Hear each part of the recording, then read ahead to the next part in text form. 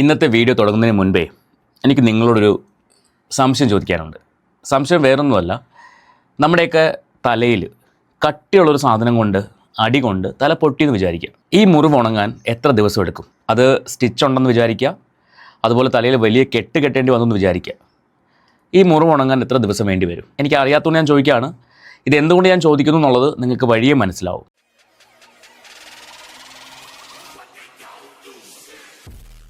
അപ്പോൾ നമുക്ക് ഇന്നത്തെ വിഷയം എന്ന് പറയുന്നത് സാധാരണ ഞാൻ ഈ ഫാമിലി സബ്ജക്റ്റ് ഒരുപാട് അങ്ങനെ സംസാരിക്കാറില്ല. കാരണം ഒരു കുടുംബത്തിൽ നടക്കുന്ന പ്രശ്നങ്ങൾ അതിനകത്ത് എന്താണ് സത്യാവസ്ഥ എന്നുള്ളത് നമുക്കറിയില്ല. ഇപ്പോൾ ഹസ്ബൻഡ്, വൈഫ്, അല്ലെങ്കിൽ മക്കൾ, പാരൻസ്, ഇങ്ങനെ ഇവർക്കിടയിൽ ഉണ്ടാകുന്ന പ്രശ്നങ്ങൾ എന്തൊക്കെയാണെന്ന് നമുക്കറിയില്ല. അതുകൊണ്ട് തന്നെ നമുക്കറിയാത്ത കാര്യങ്ങളെക്കുറിച്ച് സംസാരിക്കാൻ പറ്റില്ല. പക്ഷേ ഇവിടെ ഞാനിപ്പോൾ സംസാരിക്കാൻ പോകുന്ന രണ്ട് വ്യക്തികൾ, ഇവരെക്കുറിച്ച് ഏതൊരാൾക്കും സംസാരിക്കാം. കാരണം മറ്റൊന്നുമല്ല, ഒരുപാട് കുടുംബങ്ങളെ ഒന്നിപ്പിക്കാൻ വേണ്ടി അഹോരാത്രം പ്രവർത്തിച്ച രണ്ട് വ്യക്തികളാണ്. ഞാൻ ഇങ്ങനെ പറയുമ്പോൾ തന്നെ നിങ്ങൾക്ക് മനസ്സിലാവും ഞാൻ ആരെക്കുറിച്ചാണ് പറയുന്നതെന്ന്. അതിൽ ഭർത്താവ് 2-3 ദിവസം മുൻപ് ഒരു വീഡിയോ ആയിട്ട് വന്നിട്ടുണ്ടായിരുന്നു. അതിനകത്ത് അയാളുടെ കൂടെ വർക്ക് ചെയ്യുന്ന സ്റ്റാഫുകളൊക്കെ ഉണ്ടായിരുന്നു. പക്ഷേ ഇപ്പോൾ ഭാര്യ വന്നേക്കുന്നത് ഒറ്റയ്ക്കാണ്. അവർ വന്നിട്ട് കുറച്ച് കാര്യങ്ങൾ പറയുന്നുണ്ട്. ഭാര്യ സംസാരിക്കുന്നത് കേട്ടപ്പോൾ എന്തൊക്കെയോ എവിടേക്കോ പൊരുത്തക്കേടുകൾ എനിക്ക് ഫീൽ ചെയ്തു. അപ്പോൾ അതുകൊണ്ടാണ് ഞാൻ ഇന്ന് ആ വിഷയം എടുക്കാമെന്ന് വിചാരിച്ചത്. ഇപ്പോഴും നിങ്ങൾക്ക് മനസ്സിലായില്ല ഞാൻ ആരെക്കുറിച്ചാണ് പറയുന്നത്? മറ്റാരെക്കുറിച്ചുമല്ല, സമൂഹത്തിൻ്റെ നന്മയ്ക്ക് വേണ്ടി കർത്താവ് നേരിട്ട് പറഞ്ഞു വിട്ട രണ്ട് വ്യക്തികൾ. ഫിജോകാലിയ ഫൗണ്ടേഷൻ അല്ലെങ്കിൽ ഫിജോകാലിയ ചാരിറ്റബിൾ ട്രസ്റ്റിൻ്റെ ഫൗണ്ടേഴ്സായ ജിജി മാരിയോ ജോസഫ്, ഈ രണ്ട് വ്യക്തികളെക്കുറിച്ചാണ് ഇന്ന് നമുക്ക് സംസാരിക്കാനുള്ളത്. അപ്പോൾ നിങ്ങൾ ആദ്യമായിട്ടാണ് ഈ വീഡിയോ കാണുന്നതെങ്കിൽ, നമ്മുടെ ചാനൽ കാണുന്നതെങ്കിൽ ഒന്ന് സബ്സ്ക്രൈബ് ചെയ്തോളൂ. അതോടൊപ്പം ആ ബെല്ലൈക്കൺ ഓൾ ഓപ്ഷൻ എനേബിൾ ചെയ്ത് വെച്ച് ആ ഹൈപ്പൊക്കെ ഒന്ന് കൊടുത്ത് നിൽക്കും. നമുക്ക് നേരെ വിഷയത്തിലേക്ക് വരാം. എല്ലാവരുടെ ഫാമിലിയിലും പ്രശ്നങ്ങൾ ഉണ്ടാവാറുണ്ട്. എല്ലാ കുടുംബങ്ങളിലും വഴക്കുകളും അടിയും വെടിയും ഒക്കെ ഉണ്ടാവാറുണ്ട്. പക്ഷേ നമ്മുടെ കുടുംബത്തിലെ പ്രശ്നം നമ്മുടെ കുടുംബത്തിൽ തന്നെ നിൽക്കണമെന്ന് ചിന്തിക്കുന്ന ഒരാളാണ് ഞാൻ. അല്ലാതെ അതിനെ സോഷ്യൽ മീഡിയയിൽ വലിച്ചിട്ട് വലിയൊരു ചർച്ചയ്ക്ക് വഴി അങ്ങനെ ഉണ്ടാക്കേണ്ട ആവശ്യമില്ല. പക്ഷേ ഇവിടെ മാരിയോ ജോസഫിനും ജിജി മാരിയോക്കും സംഭവിച്ചത്, അവരുടെ കുടുംബത്തിലുണ്ടായ പ്രശ്നം കുടുംബത്തിൽ നിന്നില്ല, അവരുടെ സ്റ്റാഫുകൾക്കിടയിൽ നിന്നില്ല, പോലീസ് സ്റ്റേഷനിലേക്ക് വലിച്ചഴക്കപ്പെട്ടു, അവിടുന്ന് സോഷ്യൽ മീഡിയയിലേക്ക് എത്തി. ഇപ്പോൾ ജിജി മാരിയോ വന്ന് പറയുന്ന കുറച്ച് കാര്യങ്ങൾ, മാരിയോ ജോസഫ് പറഞ്ഞ കാര്യങ്ങൾ കുറച്ച് കേട്ടു. അതിനകത്ത് കുറേയധികം കാര്യങ്ങൾ ഇവർക്ക് എഗെയിൻസ്റ്റായിട്ട് പറയുന്നുണ്ട്. പക്ഷേ ഇവർ പറയുന്നത് ആ കാര്യങ്ങളെ ഖണ്ഡിക്കുന്ന കാര്യങ്ങളാണെന്ന് ഇവർ വിചാരിക്കുന്നു. എന്നാൽ ഒട്ടും പോലും ഖണ്ഡിക്കുന്നില്ല, പല കാര്യങ്ങളും പറയാതെ വിടുന്നുണ്ട്. അപ്പോൾ അതൊക്കെയാണ് നമുക്ക് നോക്കാനുള്ളത്. അതിന് മുന്നോടിയായിട്ട് എനിക്ക് ഈ ജിജി മാരിയോയുടെ ഇപ്പോഴത്തെ അപ്പിയറൻസ്, അതായത് മുൻപ് ഒരു 6 ദിവസം 7 ദിവസം മുൻപാണ്, അല്ലെങ്കിൽ ഒരു 10 ദിവസം ആയിക്കോട്ടെ, 10 ദിവസം ആയിട്ടുള്ളൂ ഇവരുടെ ഈ പ്രശ്നങ്ങൾ പുറത്തേക്ക് അറിഞ്ഞു തുടങ്ങിയിട്ട്. സംഭവം ഇത്രയേ ഉള്ളൂ. കുടുംബത്തിലെ പ്രശ്നങ്ങൾ തീർത്ത് അവരെ ഒന്നിപ്പിക്കുന്ന ഭർത്താവും ഭാര്യയും പരസ്പരം തമ്മിൽ തല്ലുന്നു. അതിലാദ്യം വന്ന വാർത്ത സെഡോ ബോക്സിൽ തലക്കടിച്ചെന്നാണ്, ഭർത്താവ് ഭാര്യയുടെ. പിന്നെ ഇപ്പോൾ ജിജി മാരിയോ പറയുന്നു സെഡോ ബോക്സ് അല്ലായിരുന്നു, വൈഫൈയുടെ ബോക്സ് ആയിരുന്നു പറയുന്നു. ഇതിലേതാ സത്യം എന്നുള്ളത് നമുക്കറിയില്ല. അപ്പോൾ അങ്ങനെ ഒരു വീഡിയോയും ഫോട്ടോയും ഒക്കെ വന്നിട്ടുണ്ടായിരുന്നു. ഞാൻ ആ വീഡിയോ കണ്ടപ്പം ഇവരുടെ ഒരു സൈഡ് ഫുള്ള് ബ്ലഡായിരുന്നു, ബ്ലഡിൽ കുളിച്ചിവിടെ ഇങ്ങനെ നിൽക്കുമായിരുന്നു. അപ്പോൾ അത്രമാത്രം മുറിവ് പറ്റിയ ഒരു വ്യക്തി ഒരു 10 ദിവസം കഴിഞ്ഞപ്പോഴേക്കും അങ്ങനൊരു മുറിവേ അവരുടെ തലയിലോ അല്ലെങ്കിൽ ശരീരഭാഗത്തിലോ സംഭവിച്ചിട്ടില്ലാത്ത പോലെ വന്ന് സംസാരിക്കുമ്പോൾ അതിനകത്ത് എന്തൊക്കെയോ പൊരുത്തക്കേടുകൾ നമുക്ക് തോന്നില്ലേ? അങ്ങനൊരു സംശയം എനിക്കും തോന്നി. സോ അതുകൊണ്ടും കൂടിയാണ് ഞാൻ ഈ വീഡിയോ എടുത്ത് വെച്ച് സംസാരിക്കുന്നത്. നമുക്ക് ഈ ജിജി മാരിയോക്ക് എന്താണ് പറയാനുള്ളത് ഒന്ന് കേട്ട് നോക്കാം. ഞാൻ ഈ ഓഡിയോ മാത്രമേ വെക്കുന്നുള്ളൂ, വീഡിയോ വെക്കുന്നില്ല. പക്ഷേ ഇവരുടെ പഴയ ആ ഒരു അപ്പിയറൻസും ഇപ്പോഴത്തെ അപ്പിയറൻസും നിങ്ങളൊന്ന് കണ്ടു നോക്കണം. അപ്പോൾ നിങ്ങൾക്ക് മനസ്സിലാവും. സാധാരണ തലയിൽ മുറിവ് പറ്റിയാൽ അവിടെ ആ ഭാഗം ഒന്ന് ക്ലീൻ ചെയ്ത് അത്രയും ആ മുടിയുടെ ഭാഗമൊക്കെ എടുത്ത് കളഞ്ഞിട്ട് അവിടെ സ്റ്റിച്ച് ചെയ്യും, എന്നിട്ടായിരിക്കും കെട്ടുന്നത്. അങ്ങനെ തലയിൽ കെട്ടിയ വ്യക്തി ഇവിടെ വന്ന് അങ്ങനൊരു സംഭവമേ നടന്നിട്ടില്ലാത്ത ലെവലിലാണ് ഇപ്പോൾ നിൽക്കുന്നത്. അപ്പോൾ ശരിക്കും അങ്ങനെ സംഭവിച്ചോ, അതോ ഇതൊരു തരം ആക്ടിങ് ആയിരുന്നോ എന്നുള്ളതാണ് എൻ്റെ ഒന്നാമത്തെ സംശയം. നമുക്കെന്തായാലും ഇവർക്ക് എന്താ പറയാനുള്ളത് കേട്ട് നോക്കാം. കേട്ട് സംസാരിക്കാം. നമസ്കാരം, ഞാൻ ജിജി മാരിയോ, ഫിജോകാലിയ ഫൗണ്ടേഷനിൽ നിന്നും. ഒരുപാട് ദിവസം ആലോചിച്ചിട്ടാണ് ഞാൻ ഇപ്പോൾ നിങ്ങളുടെ മുമ്പിൽ വരുന്നത്. എല്ലാവർക്കും അറിയാവുന്നതുപോലെ ഞാനും മക്കളും സോഷ്യൽ മീഡിയയിൽ ബലിയാടായിക്കൊണ്ടിരിക്കുകയാണ്. സത്യം അറിയാതെയാണ് പലരും ആരോപണങ്ങൾ ഉന്നയിക്കുന്നതും ട്രോളുകൾ ഉണ്ടാക്കുന്നതും കണ്ടന്റ് ഉണ്ടാക്കുന്നതും. അതിൽ എനിക്കും എന്റെ 2 പെൺമക്കൾക്കും അതിതീവ്ര വേദനയുണ്ട്. അയ്യോ, ഇതിൽ ആരാണ് നിങ്ങളുടെ പെൺമക്കളെ ഈ വിഷയത്തിലേക്ക് വലിച്ചടിച്ചത്? അതിലേക്ക് വരാം. അതിന് മുൻപായിട്ട് നിങ്ങളിതേ ഈ ഒരു വ്യക്തിയെ നോക്കുക, ജിജി മാരിയോ.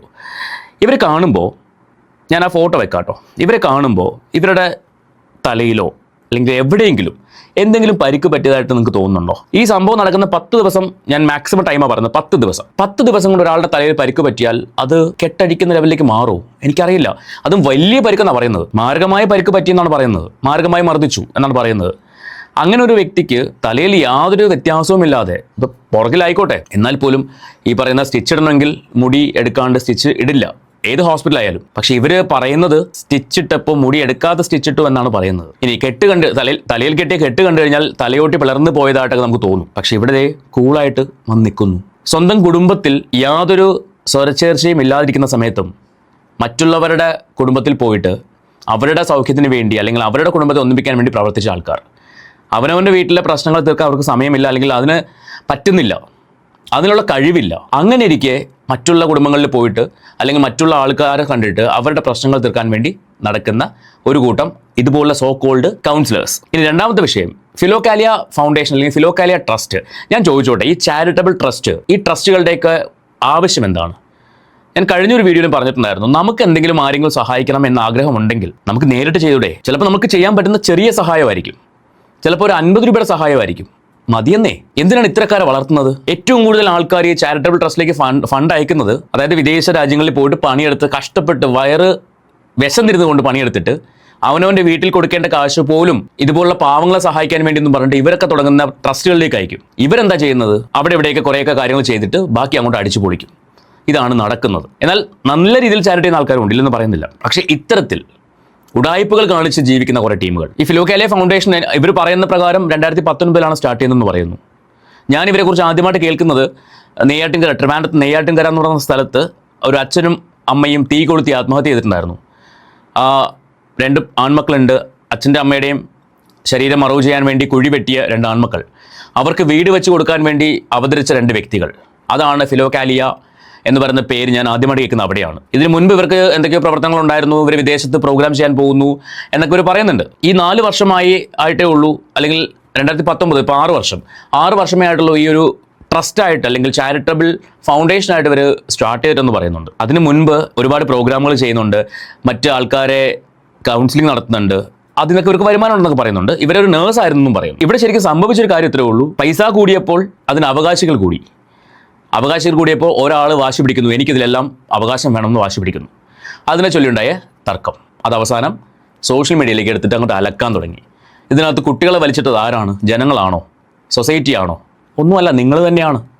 പക്ഷേ ഇവിടെ നിങ്ങൾക്ക് ആരുമില്ല, എൻ്റെ 2 പെൺമക്കളും ഞാനും അനാഥരായി നിൽക്കുന്നു, അല്ലെങ്കിൽ അങ്ങനെ സംസാരിക്കുമ്പോൾ സ്ത്രീകളുടെ കണ്ണീര് കാണാൻ ആൾക്കാരുണ്ട്. അത് കാണുമ്പോൾ അലിയുന്ന മനസ്സുകളുമുണ്ട്.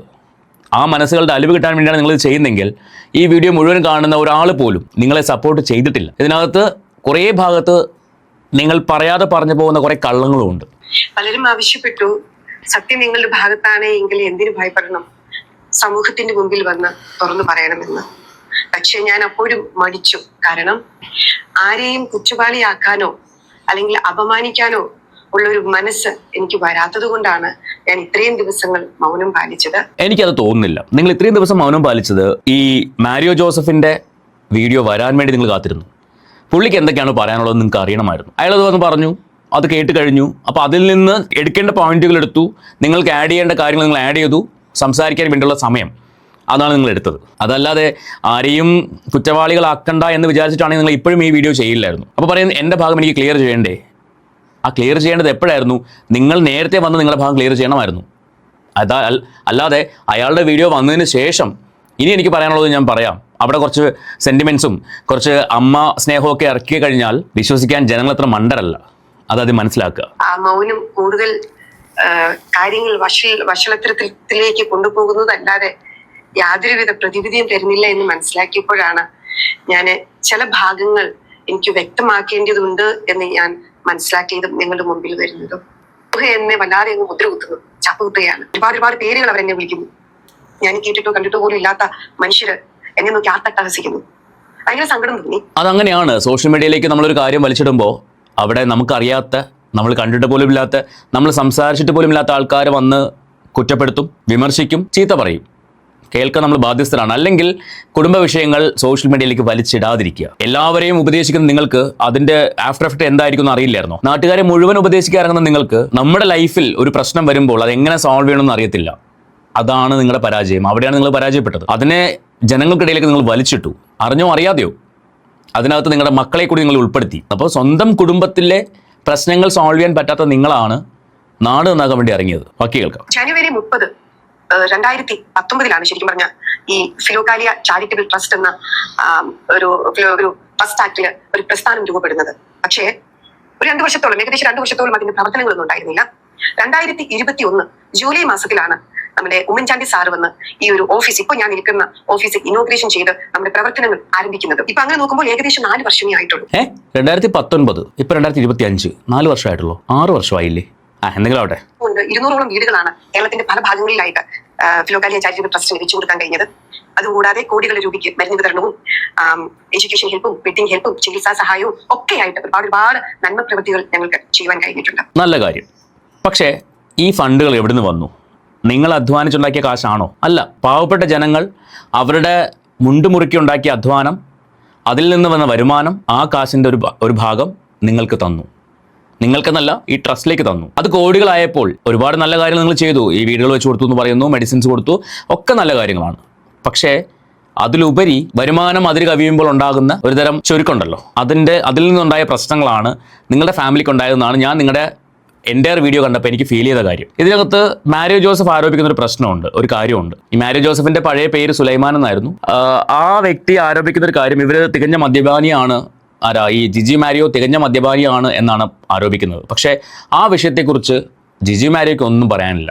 ഞാൻ ഈ വീഡിയോ മുഴുവനൊന്നും വെക്കുന്നില്ല, കാരണം ഏകദേശം 23 മിനിറ്റ് ഉണ്ട്. പക്ഷേ എനിക്കിത് ഈ എൻ്റയർ വീഡിയോ കണ്ടപ്പോൾ മനസ്സിലായ കാര്യം, ജിജി മാരിയോ കുറേ അധികം കള്ളങ്ങൾ പറയുന്നുണ്ട്. പ്രത്യേകിച്ച് ഞാൻ പറഞ്ഞല്ലോ, ഒരു സ്ത്രീ വന്നു നിന്നിട്ട് ഇച്ചിരി സങ്കടപ്പെട്ടുകൊണ്ട് അതിനകത്ത് 2 കുട്ടികളെയും കൂടി വലിച്ചിട്ടിട്ട് എൻ്റെ മക്കളെ ഉപദ്രവിക്കുന്നു മാനസികമായിട്ട്, അല്ലെങ്കിൽ ഞാനും എൻ്റെ മക്കളും ഇപ്പോൾ ഒറ്റയ്ക്കാണ്. ഞാൻ ചോദിച്ചോട്ടെ, നിങ്ങൾക്ക് കുടുംബമുണ്ടെന്ന് പറയുന്നു, നിങ്ങൾക്ക് സഹോദരങ്ങളുണ്ടെന്ന് പറയുന്നു, ഇവരൊക്കെ എവിടെ? വീഡിയോയ്ക്കകത്ത് അറ്റ്ലീസ്റ്റ് ഫിലോകാലിയ ഫൗണ്ടേഷനിൽ വർക്ക് ചെയ്തിരുന്ന സ്റ്റാഫുകളെങ്കിലും ഉണ്ട്. അത്രയും പേരും നിങ്ങളിൽ നിന്ന് മാറി അദ്ദേഹത്തിൻ്റെ കൂടെ നിൽക്കണമെങ്കിൽ അതിൽ എന്തെങ്കിലുമൊക്കെ കാരണങ്ങൾ ഉണ്ടാവില്ലേ? അപ്പം നിങ്ങൾ പറയും അത് അവർക്ക് വരുമാനം കിട്ടാൻ വേണ്ടിയാണ്. ഇത് സംഭവം ഇത്രയേ ഉള്ളൂ. ഇവർ ആരോപിക്കുന്നത് മാരിയോ ജോസഫ് ഫിലോകാലിയയുടെ പേര് പറഞ്ഞിട്ട് വേറൊരു കമ്പനി ഫോം ചെയ്യുന്നു. കമ്പനി ആക്ട് പ്രകാരം ഈ ട്രസ്റ്റിൻ്റെ പ്രവർത്തനങ്ങൾ മന്ദിച്ചുപോയി അല്ലെങ്കിൽ നിന്നുപോയി എന്നാണ് ഇവർ ആരോപിക്കുന്നത്. പക്ഷേ മാരിയോ ജോസഫ് പറയുന്നു ട്രസ്റ്റിൻ്റെ പ്രവർത്തനം എവിടെയും നിൽക്കത്തില്ല, അത് കണ്ടിന്യൂ ചെയ്യുക തന്നെ ചെയ്യും, കുറച്ച് ദിവസം കഴിയുമ്പോൾ അത് ബാക്കി കാര്യങ്ങളൊക്കെ മുന്നോട്ട് പോകും എന്ന് മാരിയോ ജോസഫ് പറയുന്നു. ഇവരങ്ങോട്ട് കുട്ടൂസിനെ എനിക്ക് വേണം എന്ന് ഒരാൾ പറയുന്നു, മറ്റൊരാൾ പറയുന്നു എൻ്റെ വേറെന്തോ പേര് പറഞ്ഞിട്ട് എനിക്ക് വേണം എന്ന് പറയുന്നു. ഒരുമിച്ചിരുന്ന് സംസാരിച്ച് തീരാവുന്ന വിഷയമാണ്. ഈ സോഷ്യൽ മീഡിയയിൽ വലിച്ചിട്ട് ഇത്രയും വലിയ വിവാദമാക്കി മാറ്റി കുറച്ച് പബ്ലിസിറ്റി കിട്ടി. ശരിക്കും അഭിനയിക്കുക, 2 പേരും നന്നായിട്ട് അഭിനയിക്കുന്നുണ്ട്. ഒരാൾ അയാളുടെ കഥ പൊടിപ്പും തൊങ്ങലും ചേർത്ത് പറയുന്നു. ഇനി ഇതിൽ ആരാണ് സത്യം പറയുന്നത് നമുക്കറിയത്തില്ല. അതറിയണമെങ്കിൽ 2 പേരും ഒരുമിച്ചിരുന്നിട്ട് ഒരു വീഡിയോ ചെയ്യണം. ഒരുമിച്ചിരുന്ന് ഒരു ലൈവോ വീഡിയോ ചെയ്തിട്ട് 2 പേരും അങ്ങോട്ടോട്ട് സംസാരിക്കുക. എന്താണ് നിങ്ങളുടെ പ്രശ്നം, എന്താണ് നിങ്ങൾക്കിടയിലുള്ള വഴക്കിനുള്ള കാരണം, ഇതൊക്കെ സംസാരിച്ച് അങ്ങോട്ടും തീർത്ത് മുന്നോട്ട് പോവുക. പിന്നെ എനിക്ക് ജനങ്ങളോട് പറയാനുള്ളത്, നമ്മൾ പണിയെടുത്താൽ മാത്രമേ നമുക്ക് ജീവിക്കാൻ പറ്റുള്ളൂ. അല്ലാണ്ട് ഒരു ഉപദേശകർക്കും നമ്മുടെ കുടുംബത്തിലെ അടുപ്പിൽ തീ കത്തിക്കാൻ പറ്റില്ല. നമ്മുടെ ലൈഫിലെ പ്രശ്നങ്ങൾ അത് നമ്മൾ വിചാരിച്ചാൽ മാത്രമേ മാറത്തുള്ളൂ. ഇവർക്കൊക്കെ വന്ന് ഉപദേശിക്കാൻ പറ്റും. ഇപ്പം ഞാനിപ്പം പറയുന്ന കാര്യങ്ങൾ ഇവരുടെ ഫാമിലിയിലെ കാര്യങ്ങളാണ്. ഞാൻ എന്തുകൊണ്ട് പറയുന്നതെന്ന് ചോദിച്ചാൽ, ഈ വ്യക്തികൾ സമൂഹത്തെ നന്നാക്കാൻ വേണ്ടി ഇറങ്ങിയ ആൾക്കാരാണ്. പക്ഷേ അവരുടെ കുടുംബത്തെ പോലും അവർക്ക് നന്നാക്കാൻ പറ്റിയിട്ടില്ല. നമ്മുടെ കുടുംബത്തിൽ നിന്ന് വേണം ആദ്യം തുടങ്ങാനായിട്ട്, എന്നിട്ട് വേണം നമ്മൾ നാട് നന്നാക്കാൻ വേണ്ടി ഇറങ്ങാൻ. ഇവരുടെ വീഡിയോ കണ്ടു നോക്കുക, നമുക്ക് ശരിക്കും ഒരുപാട് സംശയങ്ങൾ തോന്നും. ഇവരിതിനകത്ത് പറയുന്നുണ്ട് ഇവരുടെ ഡ്രൈവറായ ഒരു അജ്മലിനെ കുറിച്ച്.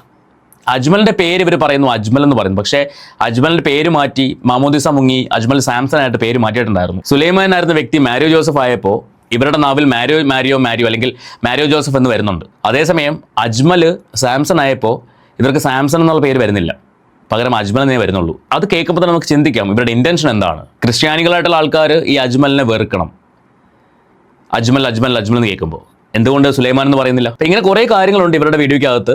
സോ നിങ്ങൾ ആ വീഡിയോ കണ്ടു നോക്കി അറിയാൻ പറ്റും. പ്ലീസ് ഒരാളുടെ സംസാരം കേൾക്കുമ്പോൾ അറിയാമല്ലോ എവിടെയൊക്കെ എന്തൊക്കെയോ പ്രശ്നങ്ങളുണ്ടെന്നുള്ളത്, കള്ളങ്ങളുണ്ടെന്നുള്ളത്. സോ അങ്ങനെ കള്ളങ്ങൾ എനിക്ക് ഫീൽ ചെയ്തു. എനിക്കത് നിങ്ങളോട് പറയണമെന്ന് തോന്നി. നിങ്ങളുടെ അഭിപ്രായങ്ങൾ കമൻറ്റ് ചെയ്യുക. നമുക്ക് മറ്റൊരു വീഡിയോ ആയിട്ട് വീണ്ടും കാണാം.